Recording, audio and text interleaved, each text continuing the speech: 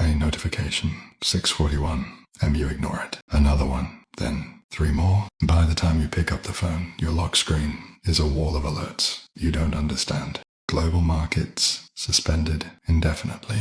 Central banks call emergency session.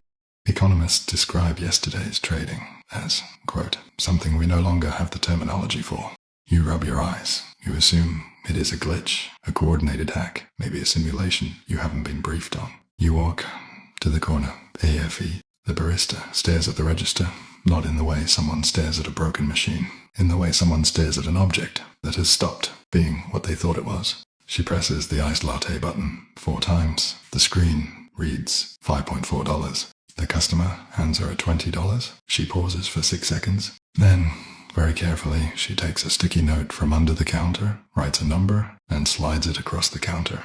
The number is $13,412. She has given him change of $13,412. The customer takes it, nods, and walks out. Neither of them finds this strange. You stand in the doorway. The air hasn't changed temperature. The street looks exactly the same, but something behind every face on the sidewalk has been quietly, surgically removed. You watch a delivery driver attempt to invoice a bodega owner using an abacus drawn in pencil on a paper plate. The bodega owner squints at it, taps a finger on a row of beads that do not exist, and agrees. He hands over $300 in cash for a box of plantain chips. He pays for plantain chips with $300 actual dollars.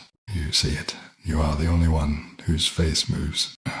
You understand. Now, you go home. You do not tell anyone. The first rule of waking up in a world where the collective financial IQ has collapsed to roughly that of a medieval peasant who just took a head injury is that you do not announce. You are the exception. You put on the mask of slightly delayed cognitive response. You furrow your brow when someone tries to explain compound interest as if it is a riddle from a dead language. You pretend to be confused by invoices. You mispronounce revenue as rev-a-new 3 separate times in public. You become, to the casual observer, just another member of the herd. Inside, you are a live wire. Inside, you have just realized that you hold in your skull a monopoly on every tool of capital allocation that this species spent 6 centuries developing, and everyone else just handed you the keys. The first money you make is in the barter economy that erupts within 8 days. The collapse is not cinematic.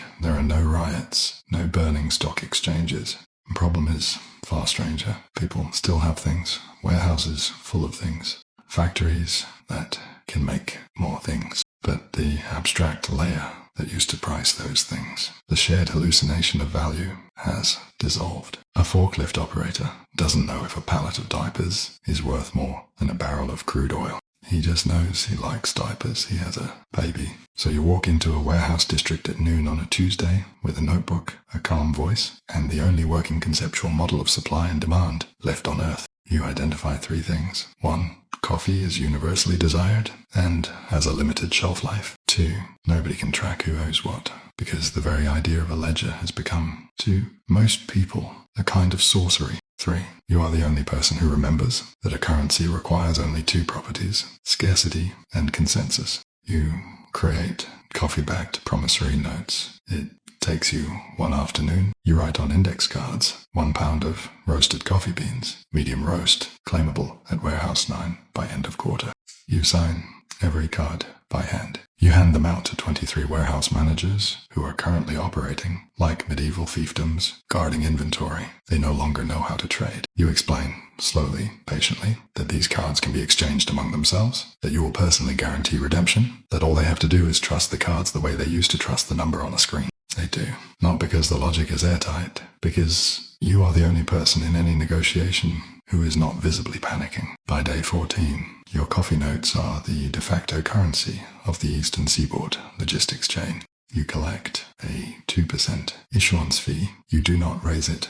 You understand that 2% of a broken system is worth more than 100% of nothing. Your first 10,000 is just pieces of paper in a shoebox. By the end of the month, it is 41,000. It feels like picking up coins in a city that has forgotten what coins are. You do not celebrate. You buy more coffee. You expand the note program to canned tuna. You are now, statistically, the largest private holder of shelf-stable protein in 4 states. This is where it gets strange. The world does not stay in barter. The governments, slow but not entirely absent, try to reboot financial systems. They print money. They always print money. But the money lands in a population that has no instinct for what it represents. People receive stimulus checks and frame them, actual frames, on walls. The New York Times reports, without irony, that 34% of citizens now believe inflation is a weather pattern. CNBC airs a segment titled, "What is Interest?" The host cries 3 minutes in. It gets 17 million views. And you watch on a monitor in a rented office and take notes because you have now grasped the single most important fact of this new world. Everyone still has desires. They still want food, attention, status, security, pleasure. They still wake up wanting. But the bridge between wanting and having, the architecture of how you get from here to there, has been demolished. You are now in the bridge building business, and you are the only contractor. Your first asset is information, not knowledge. Information. The difference matters. Knowledge is general. Information is specific. You know that a shipment of copper wiring is stuck in a dock in Savannah, and the dock manager thinks it is metal string for electricians. You know, a mid-sized bank in Ohio still has $2.7 million in a vault because the manager, a sweet man named Doug, has been guarding it with a shotgun and waiting for someone to tell him what to do with it. You know, these things because you ask. In a world where nobody asks, asking is a superpower. You go to Doug. You do not buy the bank. You rent the bank's attention. You explain that you can connect his pile of inert cash to people who need inert cash to buy inert things. You will charge a fee for this connection. He stares at you like you've just invented the wheel in front of him. He agrees. He gives you $200,000 to deploy. You deploy it across 16 owners of stranded inventory, cables, lumber, pharmaceuticals with valid expiration, dates that nobody bothered to read. You take 15% of every transaction. You net $30,000 in 6 days. Doug calls you to ask if he should tell his wife. You tell him yes, but only if she already understands what a balance sheet is. She doesn't. You knew this. You always know this. By month 3, you are running what is functionally a private shadow bank. The spread between your cost of capital and your returns is an obscene 40%. This is not because you are a genius. You are not. You are a high school math student operating in a world that just forgot what numbers do. The margins are wide, not because you are clever, but because the alternative is zero. Everyone else is still trying to figure out if a dollar is still a dollar. You are already pricing the dollar's confusion. Month 4 brings the emotional phase. You wake up one Tuesday and feel it, the loneliness, not the social kind. You still see people, you talk to them, you mimic their sluggish blinking. The loneliness is cognitive. You are the only person alive who can hold 2 balance sheets in your head at the same time. You are the only person who understands that paying a worker $15 an hour to produce a good you sell for $22 yields a gross margin that you can then reinvest. When you tried to explain this to a former MBA graduate, now a very successful dog walker, he asked if gross margin was a medical condition. You laughed. It was a genuine laugh. You haven't had one since. Then you stopped laughing because it occurred to you that nobody will ever challenge you. Not intellectually, not commercially. The competition that was supposed to sharpen your edge is gone. You are a chess player in a park full of pigeons. The wins feel like defeats because there is no resistance worth respecting. You have to invent problems just to feel the friction of solving them. You start tracking the feeling. You call it apex loneliness. The loneliness of being the only one who can read the board. And then you realize the real problem. The real problem is not that you will fail. It is that you might succeed forever. You might build an empire of correct decisions while the species around you stumbles through a dark room, occasionally bumping into a chair. And every year that passes, their baseline lowers. You are not just accumulating capital, you are accumulating distance. The distance between you and everyone you used to understand. You make a decision. You cannot outrun the loneliness. You can only weaponize it. You decide to build a system that does not require your presence. You hire people, you train them, not in strategy. They cannot hold strategy. You train them in task. One repeats a single procedure, another cross-checks. You build a human computer out of people who cannot add. Each one an abacus bead in a larger machine. Only you understand. It is dehumanizing. You feel it. You do it anyway. Month 6. Your net worth, if measured in the old world's terms, would be approximately $4.7 million. In the new world, it is harder to say. You don't own a lot of things. You own claims on things. You own 7 promissory note programs across 5 commodity classes. You own the exclusive rights to distribute 3 generic antibiotics because you were the only person who read the patent filings before the Intellectual Property Office turned into an improv theatre group. You own 19% of a shipping route that moves nothing of sentimental value, but everything required to prevent a famine. You are not rich. You are systemic. You have become, in 6 months, a piece of infrastructure. And this is when you start attracting attention. The remaining governments, the ones still capable of holding a meeting without someone suggesting horse-based currency, start to notice you. They don't have the analytical capacity to understand what you are doing, but they have the instinct, the old instinct from the old world. When someone gets too big, you absorb them or you destroy them. They invite you to a conference. The invitation letter spells finance wrong. You attend anyway.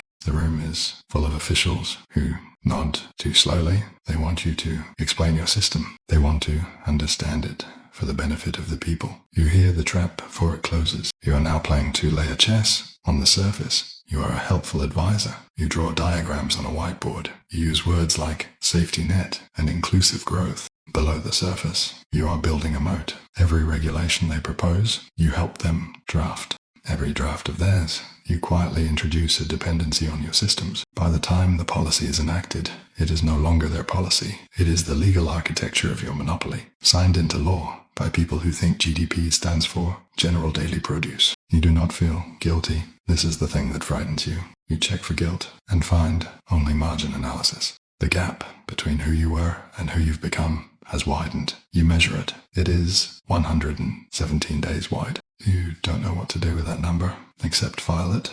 At month 9, a former college classmate finds you, David. He was, in the old world, a management consultant. Good one. Sharp. Now, he manages a stall in a parking lot where he sells sandwiches at random prices. He sometimes charges double for half a sandwich and calls it a discount. He is, in your professional judgment, operating at a 60% monthly loss. He doesn't know. He can't know. The category of thought required to know has been deleted from him. He asks if you can help him. You sit him down. You try to explain that he is pricing his labor below his input cost. He nods. His eyes are warm and entirely empty. You realize you could explain it 1,000 ways across 1,000 days and the signal would never reach him. The receiver is broken. The world's receiver is broken. You are broadcasting into a void. This is the true crisis. The money is easy. The power is mechanical. Once you see the levers, the crisis is that you are speaking a language nobody else will ever speak again. You are the last speaker of a dead tongue called how things actually work, and you are deeply, cosmically bored. You begin to spend your evenings differently. You go back to the abandoned university library. The economics section is pristine. Nobody has touched it. You read Adam Smith, Ricardo, Keynes. You read not for insight. You read for company. These dead men are the only people on earth who can still keep up with you. You talk to them in the margins of the books. Keynes wrote in 1930 about a future where the economic problem would be solved and man would face his permanent problem, how to live wisely and agreeably and well. You read this at 2:37 a.m. in a library chair with a blanket you brought from home. You read it 6 times. You realize the economic problem has been solved for you permanently. You are standing on the far side of something the entire history of your species has been trying to cross. And the view is just a dark library and a dead man's pencil marks. Month 12. You have more capital than you can deploy in a world that cannot generate counterparties at your level. You are a trillionaire of a currency nobody recognizes. Your wealth is, in a practical sense, infinite and also completely meaningless, because value requires a society that can perceive it. You have built the tallest tower in a city of the blind. They don't know it is tall. They can't see it. They just bump into the base occasionally and apologize to the wall. You make a choice. You start teaching, not your secrets, not the leverage, just the basics. You hold free classes in a public park. You teach people how to price a thing, how to tell if a cost is more than a price, how to say no to a trade that feels good but subtracts. 30 people come, then 60. Their eyes don't light up with understanding, but their hands take notes. And note-taking is a muscle. Muscle memory is real. You don't know if you are rebuilding the world or just soothing your own loneliness. The two motivations have become chemically indistinguishable inside you, but you keep showing up every Tuesday, public park, free. You write, price tag, cost equals profit on a chalkboard, while a grown man in a suit from the old world cries in the third row because something is stirring in the silt of his memory. It is not a revolution. It is not a comeback. It is a tiny pilot light in a massive dark room, but it is yours. The world forgot how numbers work. The world lost its financial mind. But somewhere in a park on a Tuesday, one person remembers that they used to know something, and another one shows up next week. You end the year not rich, not poor, not powerful in the way you expected. You end the year as something stranger, a teacher, a keeper of the flame. Nobody can see, but everyone can feel the warmth of if they stand close enough. You check your phone at 11:43 p.m. on the 31st of December. The number on the screen is not a balance. It is a waiting list. 214 people have signed up for the next class. Attendance is not profit, but it is not nothing. It is the only number that has moved you in months. You put the phone down. The library is dark. Gaines is still open on the chair. Somewhere outside, a delivery driver who now carries a map drawn by hand is finishing his route. He'll make it home tonight. He doesn't know he is part of a system you built. You'll never meet him. The machine runs. The teacher waits. The gap is still there. But you are building a bridge across it, one Tuesday at a time.